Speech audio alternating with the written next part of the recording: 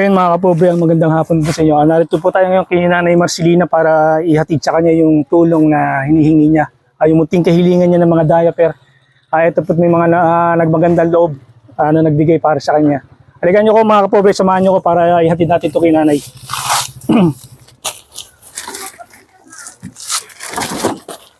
Ate, patulong na lang ako. Patulong yung iba, ako yung iba.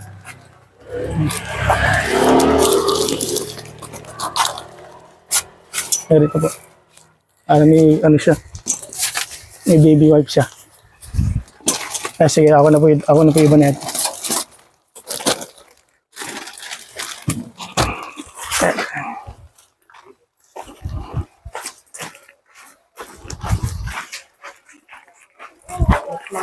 Ha?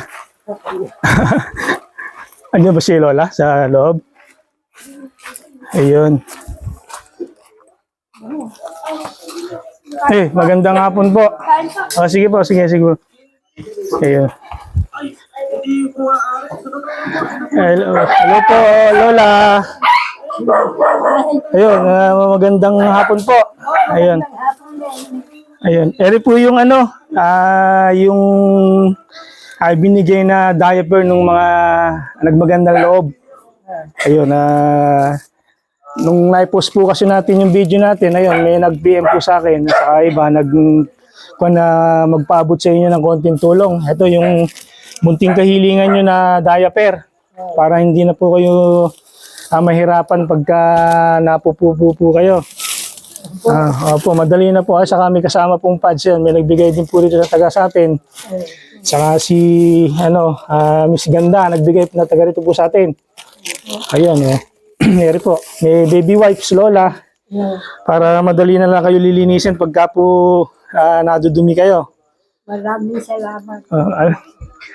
Okay lang po, Lola. At pagka po may nagpaabot pa uli ng tulong, ay pararating po uli namin sa inyo. At baka sakaling itong week din na ito, madagdagan pa natin to.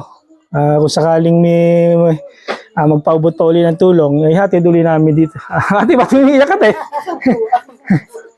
Huwag kang iyak tayo. Ano lang yan, siyempre, nakakakonding kinanay at yung kahilingan mo para sabihanan mo, iyak ko yun.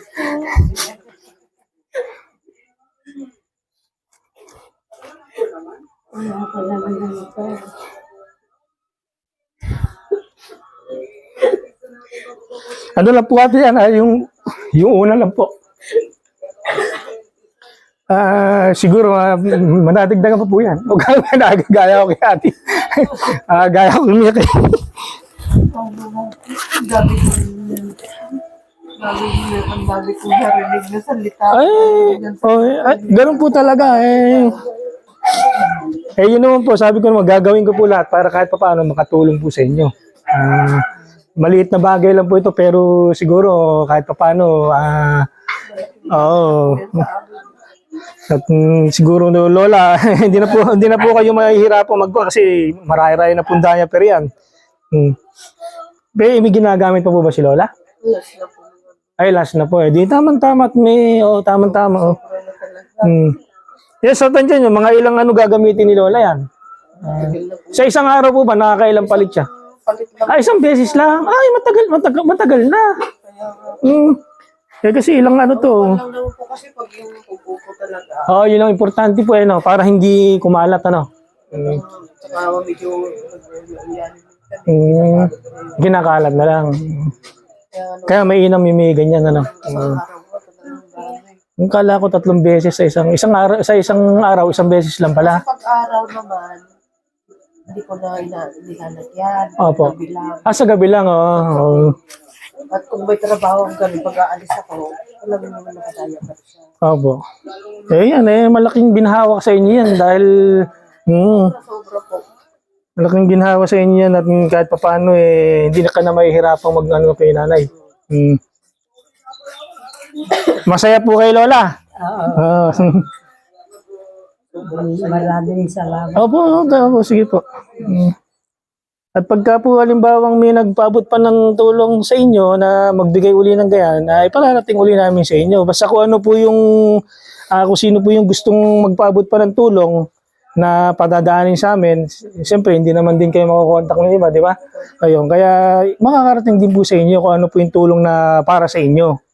O, kagaya po nito, may nagmagandang loob dito na nagpaabot ng konting nagbigay ng pambili ng ganyan, diaper nyo.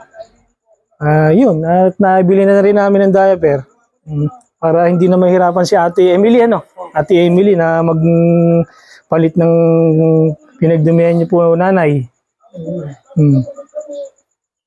Yun din. Ate, ano po bang masasabi niyo sa tumulong? Ayun, yung mga nagpaabot ng Salamat po sa mga tumulong po kay nanay. Matupad na rin po yung mga pinapangarap naming dalawa. Saka sana po, hindi ko po masabi. Yung nasa loobin ko, nakakaiyak talaga. Naiiyak ako sa tuwa. Kahit paano pala, natupad din yung munting kahilingan. Opo, hindi pumunti. Malaki na po. Malaki na. Malaki Kasi bagay. akala ko mga pangarap lang po yung mga pinagkukwentuhan namin ni nanay. Laking pasalamat po talaga. Malaking tulong po sa amin yan. Hindi na po magkakalat si nanay. Hindi na magkakalat. Madali maginawa na siyang linisan, Opo, madali na po. Kasi may baby wipes dito, may tissue na kasama. Tapos may pads pa pagka yung pwede nyo isapin natin. Akala ko po hindi na po matutupad yung pangarap ni nanay. Marami po kasing mabubuting tao. Marami pong luha bago nakamit namin ni nanay. Yung pinapangarap. Opo. Ay buti na kapag sabi kayo na gano'n. Kasi nagsiselfon ako ganyan. Basa ko. At saka talagang walang-wala po. Kasi Hindi gagaya naman po siguro ako masama yung sumubok. Hindi naman po masama sumubok. Sabi ko, Lord, ay tama po ba itong gagawin ko? Yung paghingi kasi talagang hindi ko kinakahiya talaga yung buhay namin. Yung talagang isang kahig. Kaya naglakas loob ako. Yung kinausap ko din si nanay, ano kaya? Oo, sabi naman niya. Pero maraming hadlang. Pero siguro hindi naman masama yung gagawin ko. Kasi talagang hindi ko kinahiya. Talagang ang buhay namin ni ganito. Okay. Yung sabi nila na nakakahiya daw, na manghingi. Di mas nakakahiya yung magnakaw ka o ano. Tama nga po yun. Kaya talagang siguro inano ni Lord itong way na to na talagang matupad yung pinapangarap ni nanay. Kasi ala namang malakas ang loob na mag-ano sa kanya kundi lang ako. Kaya napakabait ko po at siyempre hindi na pinababayaan si nanay. Dahil sa kabaitan din ko ng asawa ko, ginaganti ko sa biyanan ko. Sabi ko nga, kung hindi lang mabait si uncle mo, bakit ako magtsatsaga na mag-ano ng panungkuhan? Dahil sa kabaitan po talaga niya, sinusuklian ko din. Hindi lang para sa Pero kung magkakaroon ng pwedeng halimbawa yung upuan na pwedeng mailalabas-labas sila para malibang-libang para hindi naka-permis na nakahiga. Kasi kung nakasakaling may tumulong pa sa atin na yung iba pa na pangangailangan ni nanay maibigay. Sabi ko nga sa kanya kung ano man yung tulong na matatanggap niya na kaya nga ipapadaan sa amin, buong makakarating kina na yun. Kasi alam ko naman na para talaga sa kanya yun kaya natin ginagawa to, di ba? Napakalaking bagay po itong kaya nga habang nandyan siya, gawin na naman natin yung nararapat para sa kanya. Kasi ako sa totoo lang ate, danas ko yung naranasan mo, nag-alaga rin ako ng nanay ko, nag-alaga rin ako ng tatay ko. Naranasan ko rin yung magdakot ng dumi ng magulang ko, ganon. Siyempre, magulang natin obligadong suklian natin yung binigay niya sa atin. Maraming nagtatanong sa akin kung nadidiri daw ako. Wala naman po, hindi naman ako nadiri. Tinuturuan pa nga po ako na mag-gloves daw o mag-face mask. Wala naman, wag lang kakusuka. Ang tae naman okay lang sa akin kasi tinuring ko tunay na nanay Nanay ko hindi ko naalagang ganyan. Mga magulang ko. Si nanay lang talaga.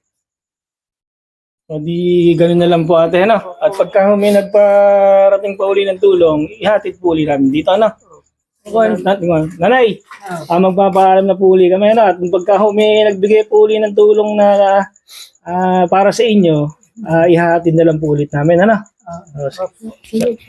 Sige po, magpagaling po kayo.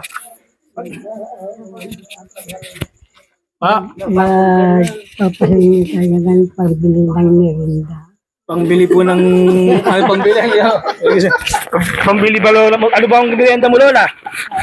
Hello, Miris. Oh.